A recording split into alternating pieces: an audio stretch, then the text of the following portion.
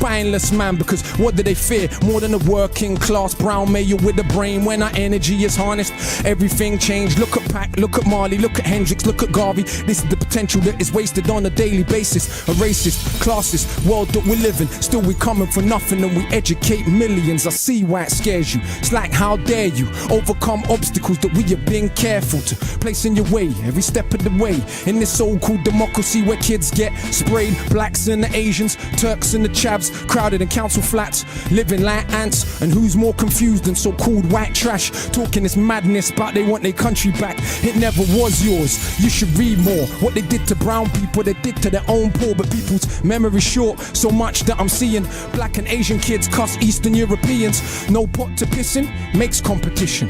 I fail to see how this is an effective system when cats and dogs in America and Britain eat better food than most of humanity, and we spend our technology only on killing. How is this more than sophisticated savagery? It was once said, the world is a stage, each person just an actor with a part to play, like the middle class kids and kids of the rich that have everything, but yet still they pissed on their coke and ketamine, strung out on.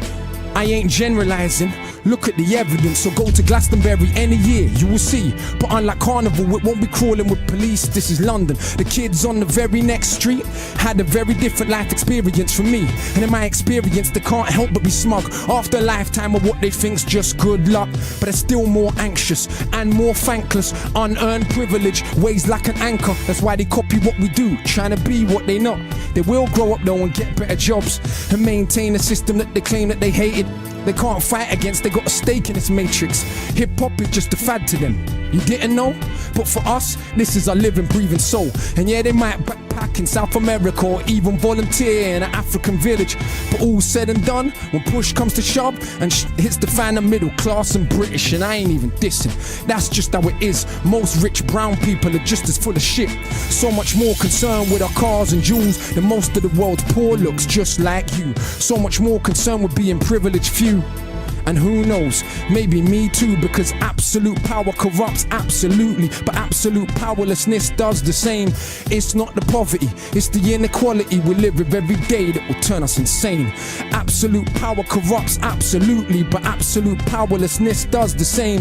It's not the poverty, it's the inequality we live with every day that will turn us insane.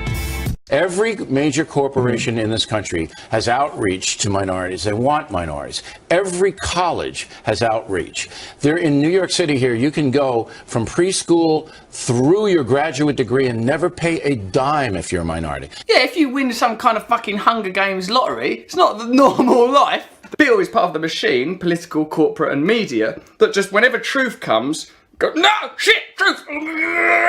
Get that down. Don't let people communicate. Don't let people get together. Otherwise, we're fucked here at the top. And I will go back to the fact that it is about the disintegration of the African American family and the not having supervision on the children. There's no supervision on the children. You're in a black family. Okay, you're the dad, maybe. I don't know. You're Bill Cosby. You're Oprah. I don't know which one. Maybe they're married. I don't know their personal circumstances. The children are over there. Maybe it's Rudy from the car. I liked her. Or Urkel or something. Something happens over outside. It's a riot from other black families. You look away. The child's unsupervised. It does its own riot. Deterioration of her family. Thank you very much. That's Bill O'Reilly. You have to get educated. And the educational experience and if you're trapped in an inner city school, right, where you're staying in dilapidated classrooms. Why are you trapped there? Why are you trapped? What's happened? Has Oprah tripped near the door? And maybe Bill Cosby, he's got tangled in the drapes by the window. And you can't get out. Used books, missing pages. Why are you trapped there? Because what has happened was it Jamie Foxx is in the schoolyard and he's not been supervised, so he's maybe gone crazy with a gun. Like you'll notice that they're never white, these people that go crazy with guns. Because Republicans and Democrats don't care about economic opportunity and social mobility for black Americans. That may be true. Just admits it. That may be true that the Republicans and Democrats, you can't just brush that off. Yeah, sure, it may be true that Republicans and Democrats don't care about creating equal opportunity. That's the argument, Bill. Not your imaginary black family that's collapsing inwards like a Yorkshire pudding. On the political service, but you're trapped there because your parents did not earn enough money or cannot or will not earn enough money to... Cannot or will not. I can earn enough money, but I won't earn enough money. Get you the hell out of there, and Bill's arguments all lead back to demonstrating the problem that Tavis Smiley is trying to describe. Yeah, well, you're trapped in the school. You're trapped in the system. You're unrepresented by nothing. What the government has to do is let the private sector unleashed so that more jobs will be created. Yes. Brilliant, Bill. There we go. We reached the conclusion. All of this nonsense, all this flim-flam rhubarb leads to unleash the corporate sector. You are the corporate sector. This is a propaganda machine for the corporate sector going, this will end if we have more corporate freedom, if we have less regulation, if we have less social structures to prevent elitism. How could it, Bill? It's what's caused the problem, Bill. How have you reached that conclusion? Please help us understand. Bill, it's almost like you understand the truth, but then you say that the solutions to the problems created are the opposite of what they are. It's that same private sector that's sitting on $1 trillion of money right now after we bailed them out that they won't pour back into the economy to stimulate those jobs. And you know why? Because they're greedy. They're greedy. They're greedy. Okay? Something else. But that's always the way it's going to be in capitalism. He actually knows. He actually knows. But you know why? Because they're greedy. And that's that. Well, should we regulate them? No! Deregulate them so that the greed can grow. Eventually the greed will pop. And what's the greed full of? Love. And then all the love will spill out and it'll solve everything. So deregulate it. Amazing. Back to follow-up segment tonight. An outrageous situation in Chicago over the 4th of July weekend. 82 people were shot, 14 fatally. One weekend. Almost all the shootings were in the black neighborhoods on the south side of the city. As you may know, this has been going on for years, and police cannot stop it. You know, everybody asks me what's different about New York and Chicago. I can tell you very simply, the proliferation of firearms. But that's bull. It isn't, mate. He just said he's a policeman in Chicago. He knows more than you. He's not serving any other agenda. Chicago's the third largest city in the country, Steve.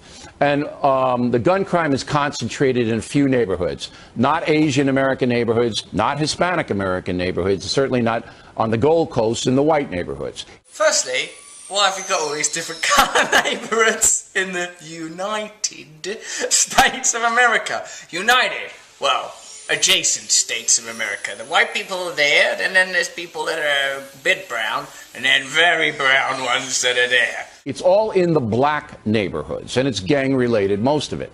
Isn't there a cultural problem here, Steve? Bill, even if it is a cultural, even if your racist analysis is correct, it's still better to have less guns. And I don't agree with your racist analysis, and I don't agree with your truncated version of the narrative of the United States of America. I wonder if there's any reason why there could be like this cultural distinction for black people. Like, it's almost like they're angry about some things, like something might have happened to them that's making them feel angry and maligned. Let's look at history. Don't you dare look at history. That's things that happened. Yeah, but what about your Second Amendment? That's in history. You can look at that bit, but no other bit of it. Don't look at that bit of history. Hey, you had them as slaves. No, shut up. So shouldn't they have stop and frisk in Chicago to get the guns away from the bad guys? It's black people who do this. Why don't you stop them and frisk them? Stop. You idiot, Bill. It's this attitude that's causing the problem. They can do that now. They do that now. Those police are out on the street in force, stopping people, stopping cars without probable cause, in fact, making up probable cause after the fact, searching people. There are whole portions of the community that believe. Even the police chief in Chicago admits he can't stop it. I think he was saying, Bill, I think his main message was, I don't know if I was watching a different program, he seemed to be saying, because there's too many guns. He said that there's no doubt about it, tighter gun controls. The bit of information that he said that I am going to listen to is the bit where he said he can't. This is what happened. He went, I can't stop it. Then there was this silent bit. And then that was the end of the press conference.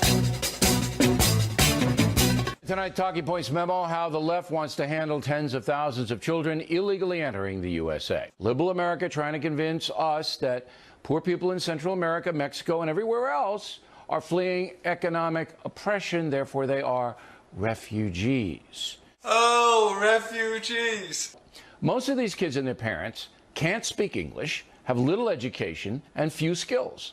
How are they going to compete in our competitive marketplace here? How? The answer is they're not going to compete. Larry didn't leave very long, did he, for that rhetorical question? How? They're not going to. It's not going to happen at all. I've lived in Los Angeles. Mexican people are doing all of the work, or at least Central American people. They're fixing everything, they're doing all the gardening, actual stuff that matters. They might not be doing stuff like making pretend films about pretend things, or making pretend financial transactions with pretend abstract money, apparently $17 trillion of which is fucking somewhere else. They're not doing that. And it will take decades for most of them to be self-sufficient. I don't understand that either. That's just people, isn't it? I mean, like, all people take decades. Look at this Mexican, it's just shed its diaper. Oh, it wants to suck its mommy's titty. What's wrong with it? No, now it can't. It's learning to read. Look, I think what you're describing, Bill, is people growing up over time. And you say, Powers? I would say every child that comes into this country, we should take care of. Everyone in the world. That's what I would say. All the Chinese. They're not. The Chinese aren't coming. America owe that $17 trillion to the Chinese. They might come. Can we have our $17 trillion now? Really, all the Chinese are going to come to the United States, Bill. If they children could, they by would. themselves. If they could, they would. They hate China. Have you tried those noodles? Have you watched that TV? A bunch of Chinese guys saying Chinese stuff. They don't have a me in China. And if they did, it'd be a yellow me with narrower eyes and narrower opinions. I hate China, and they hate China too. They want to live inside of me. They won't rest until they have become me. These 50,000 children and the Chinese, they're all going to come and want to live inside Bill O'Reilly.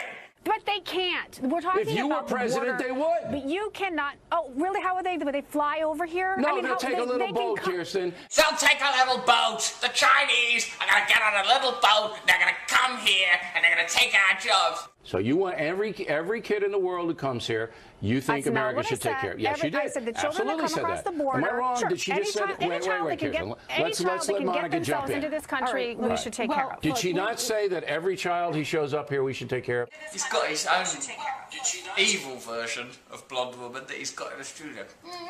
Yes, Bill. She did say that. What I heard you say, Kirsten, was that if there's a child in distress somewhere in the world, that we should accept them with open arms. Why do they say with incredulity things that sound really normal? You said that if there's a child in the world in distress, we should welcome him with open arms. Yeah, no, that does sound weird. A recent Harris poll says 46% of Americans who are not retired say they live paycheck to paycheck. 46%. Now, every one of those people and their families are in grave danger. I mean, it's clear where Bill's going with this. We've got to help these people that are living paycheck to paycheck.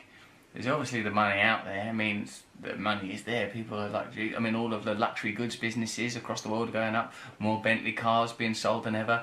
Soaring. Some of that money, Bill. Some of that. You should have at least $25,000 that you can access if you get fired or if a disaster hits you or your family. $25K. So, how do you do that? First of all, never waste money. Ever.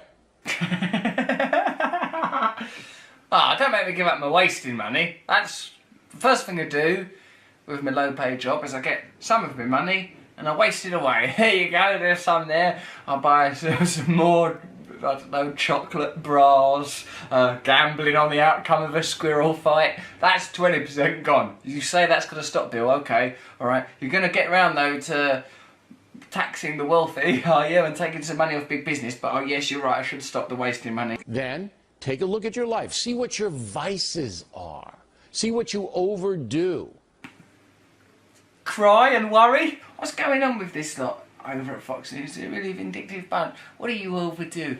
Well, I had some food yesterday. Well, that's gotta go. You're greedy. What are you doing? Eating trinkets, was you? Then, go to websites like Groupon, get discounts on stuff that you have to buy. Go on Groupon. You don't need a welfare state. You don't need redistribution of wealth. You don't need a fair society where the corporate interests are curtailed. Groupon! Never pay full price. Don't pay it! Is that the full price, sir? Yes, it is. I won't pay it. Bill O'Reilly. I'm going to have to ask you to leave my store. Also, every time you have loose change in your pocket, put it in a big jar. Ah, the big jar. Yeah, that'll help.